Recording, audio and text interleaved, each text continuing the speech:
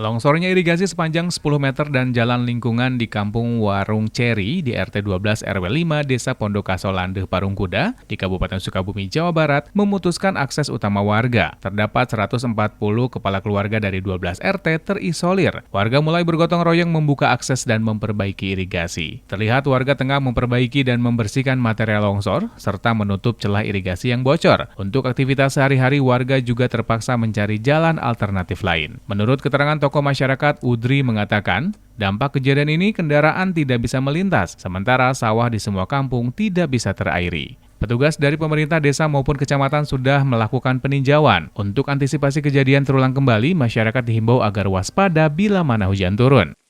Untuk dampak sendiri, untuk dapat dari irigasi ini, mungkin untuk ke persawahan, petani gitu ya tidak bisa